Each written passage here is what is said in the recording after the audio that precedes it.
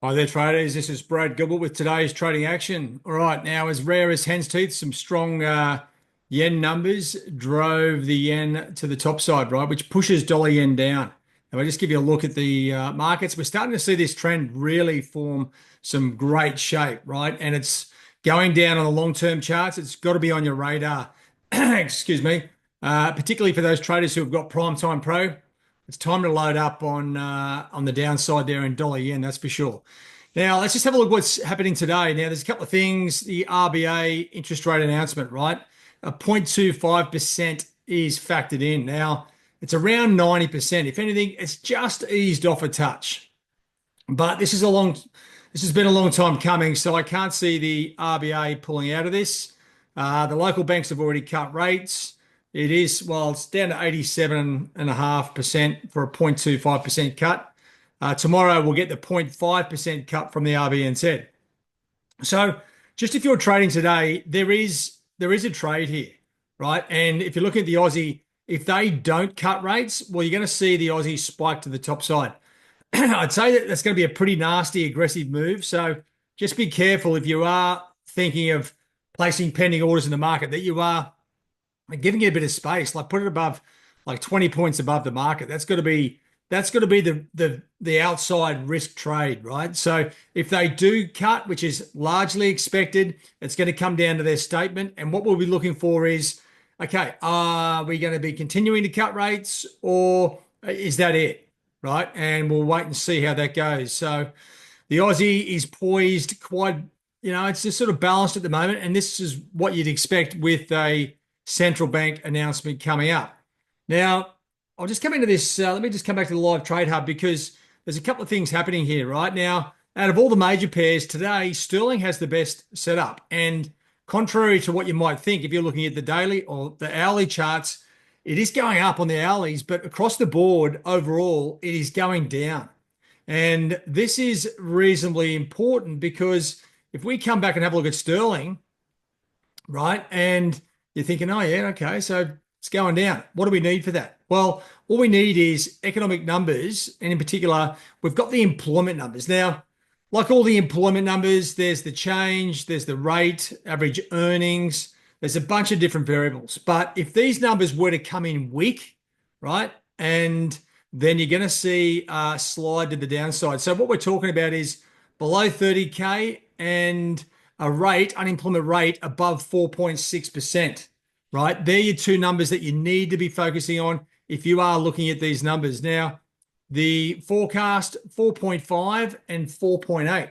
So in actual reality, we don't need much difference here. Only, zero point 0.2 above, a bit of a blowout on the unemployment rate. 4.7, that's weakness, and that'll get it rolling, especially if we get the combination of a lower employment change and a higher unemployment rate. Boom, we've already got the market set up for a lower sterling, and that is the trade to be looking at. Now, when it comes to the CAD, right, the CAD inflation numbers. Now, it's mainly these numbers here that we're looking at. Now, let me just come back to the live trade hub. So we've got the numbers here, right? And there has been some adjustments today. So if you had a look yesterday, have another look. I think the bottom end of the range and the top end were adjusted and the actual forecast, right, was adjusted for the CAD CPI. Now, we've got two CPI releases. Let's not worry about sterling just yet because it's tomorrow. 1.5 to 2.2. Now, that's all well and good to know, but when you're looking at the outcome scenarios for, like, if we got a weaker CAD outcome, right, we've got lots of trading opportunities. The trend is, okay, definitely weaker CAD. So buying Aussie CAD, Euro CAD, Sterling CAD, or selling CAD Swiss, that would be your trading opportunities. Okay, so generally speaking, the CAD has been trending weaker. There's no real standout buy CAD outcome, right? Now, these instruments, they are trending. That's why they are selected. It doesn't mean if the data comes out really strong for Canada that these things don't go down. They will, but the easiest trade is a sell CAD outcome, right? So just understand that. So when you come into looking at the markets today, just keep a close eye on, if you've got Metastock, note down the ranges here. The year on year is sort of the key number, right? That's the standout, and you've got your range of data there. So, and this is a pretty big spread, right? They're covering all bases. It's almost like they're becoming conservative. They don't want to see any crazy volatility, so they sort of rule it out. And that's where we are, right? These are the two key events. Well, three: RBA, UK unemployment, and sterling. So definitely sterling worth a look.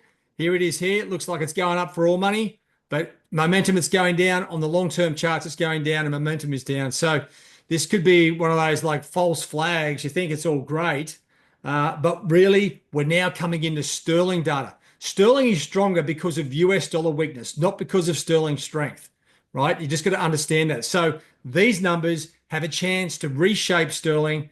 And you know what? It's primed for a move to the downside. And that's where I'll be focusing myself. Once again, just with that Aussie, okay, the risk trade, if you're looking for a no-brainer, if they don't cut rates, Aussie will go up. Liquidity is the issue on the time of execution, but that's the trade. Outside of that, you've got to wait for the statement, see what they're talking about. See if they're talking about, and the RBA has been a bit stingy with their cuts. So I can't see them saying, you know what, this is the first cut of many.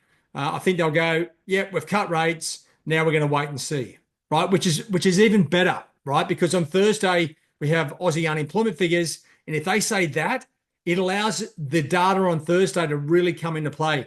So for me, the RBA isn't really the event, but the information we get out of the statement will be when it comes time to trading on Thursday when we have the Aussie employment numbers, right?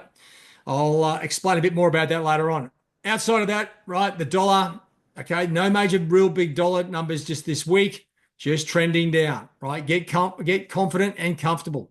Dollar yen has got to be on your radar. This puppy here is coming back to a nice sell zone. I'll be jumping all over that. All right, guys, that's it from me for today. All the best. Cheerio.